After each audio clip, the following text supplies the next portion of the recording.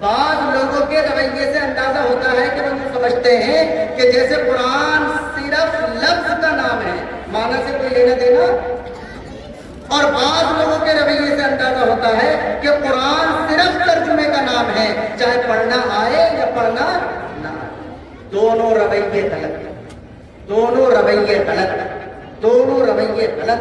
قرآن لفظ کا بھی نام ہے، قرآن معنی کا بھی نام ہے۔ لفظ کا نام ہے تو لفظ کا حق بھی ادا کرنا پڑے گا، اور معنی کا نام ہے تو معنی کا حق بھی ادا کرنا پڑے گا۔ آیتیں پڑھی تھی، اس کے مطلب کا ٹائم نہیں رہا، لہٰذا قل اعوذ برب الفلق کی بات نہیں کرتا۔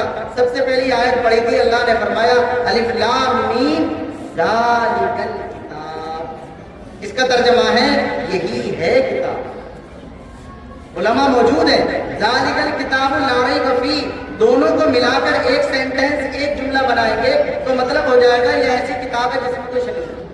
لیکن اگر عربی گرامر کے اعتبار سے اس کو دو الگ الگ جملے بنا لے تو ذالک الکتاب الگ جملہ ہو جائے گا اور لا ریب فیہ الگ جملہ ہو جائے گا۔ اب دو باتیں قرآن کی اسی سے معلوم ہو جائیں گی۔ پہلے جملے کا مطلب ہوگا حسر، ذالک الکتاب، کتاب تو بس یہ ہے، اس کے علاوہ کوئی کتاب۔ آپ کہیں گے کتابیں تو بہت ہیں، لیکن ہم کہیں گے جیسے چار آدمی بیٹھے ہوتے ہیں، مشورہ کر رہے ہوتے ہیں کہ فلاں کام کر رہا ہے، کہتا ہے ایسا کر لو، ایسا کر لو، ایسا کر لو۔ بزرگ کوئی اپنے تجربے سے مشورہ دیتے ہیں کہ ایسا کر لو، تو سب کی زبانوں پر آتا ہے بات تو یہ ہوئی نا۔ کیا مطلب پہلے والوں کی بات نہیں؟ پہلے والوں کی بات بھی بات تھی مگر اتنی جاندار نہیں۔ ایسے اللہ کہتا ہے یوں کتابیں کتنی ہوں۔ ایک بہت بڑے عالم، ان کا یہ لفظ مجھے یاد آتا، وہ یہ کہا کرتے تھے کسی ٹاپک سے متعلق آپ سارے رائٹرز اور مصنفین کی کتابیں پڑھ جائیے اور اس کے بعد اللہ کی کتاب کو پڑھیے تو اللہ کی قسم آپ کو یقین آ جائے گا کہ اب تک جو آپ نے پڑھا تھا وہ کتاب یہ تھی، کتاب یہ ہے، کتاب تو آج آتی ہے۔ اللہ کہتا ذالک الکتاب، کتاب تو یہ ہے۔ اور اگلی بات ہے لا ریب فیہ، اس میں کوئی شک نہیں ہے۔ کیا مطلب؟ اس کا مطلب بس اتنا ہی نہیں ہے کہ صاحب یہ اللہ ہی کی نازل کی ہوئی ہے، اس میں کوئی شک نہیں ہے۔ اس کا مطلب جو مضمون قرآن بیان کرے گا اس مضمون میں کوئی شک نہیں، چاہے ہمیں ہمارے نظریے کے خلاف نظر آتا۔ اللہ تعالیٰ نے قرآن میں بتلایا کہ یمحق اللہ الربا ویربی الصدقات، صدقے سے مال بڑھتا ہے، اس میں کوئی شک نہیں ہے۔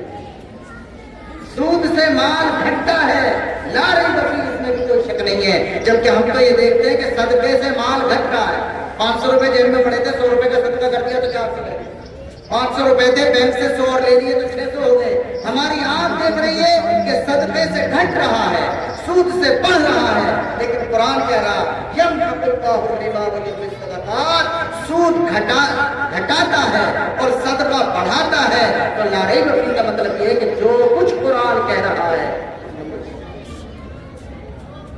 اور اگلا لفظ ہدی للمتقین، قرآن ہدایت ہے کس کے لیے؟ اللہ سے ڈرنے والوں کے لیے۔ ویسے تو ایک جگہ قرآن نے یہ کہا کہ ہدی للناس، قرآن ہدایت ہے کس کے لیے؟ سارے لوگوں کے لیے۔ بس یہ آخری بات، یہ بھی عجیب بات ہے نا۔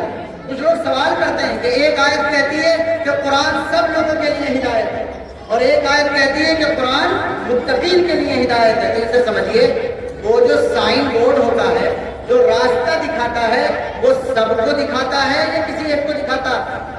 بولو بھائی، وہ سائن بورڈ سب کے لیے ہدایت، ہدایت کا مطلب رہنمائی، ہدایت کا مطلب گائیڈنس، وہ سب کو دکھا رہا ہے کہ دھامپور ادھر ہے اتنے کلومیٹر، اور مراد آباد ادھر ہے اتنے کلومیٹر، اور بجنور ادھر ہے اتنے کلومیٹر۔ جتنی کاریں، جتنی بائکیں آ رہی ہیں، سائن بورڈ سب کو دکھا رہا ہے کہ یہ رہنمائی ہے تمہاری۔ لیکن دی اینڈ فائدہ کس کا ہوگا؟ جو اس کو فالو کرے۔ یعنی یہ دکھلایا کہ ادھر کو جانا ہے تو آپ فلاں جگہ پہنچ جائیں گے، تو جو ادھر کو مڑ کر اس کے راستے پر چلے گا بتاتے ہوئے، تو نتیجے کے اعتبار سے اس کے لیے وہ سائن بورڈ ہدایت ہے۔ اور جس نے دیکھ لیا کہ ادھر کو جانا ہے مگر ادھر کو نہ جا کر ادھر کو چلا گیا، تو اگرچہ وہ تھا سب کے لیے، لیکن نتیجے کے اعتبار سے وہ اس کے لیے نہیں رہا، اس لیے کہ اس نے اپنے ارادے سے اس کے مطابق عمل کیا۔ جلدی میں نے بتلایا، لیکن میں نے سمجھانے کی کوشش کی ہے۔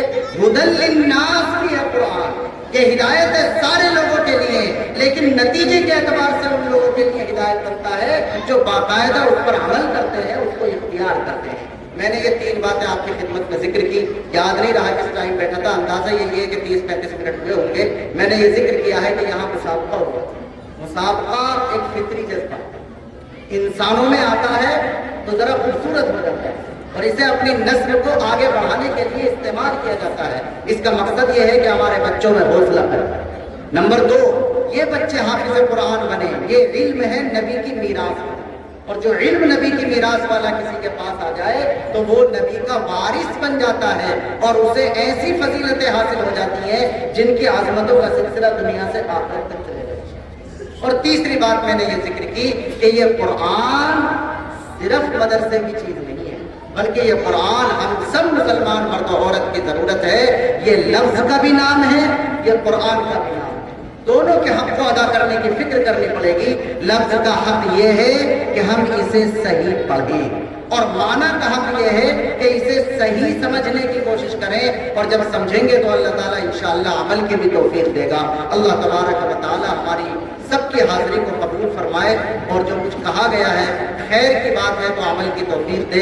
کوئی کمزور بات میری زبان سے نکل گئی ہو تو اللہ تعالیٰ مجھے بھی معاف فرمائے اور اس کے شر سے ہم سب کی حفاظت کرے. وآخر دعوانا ان الحمد للہ رب العالمین.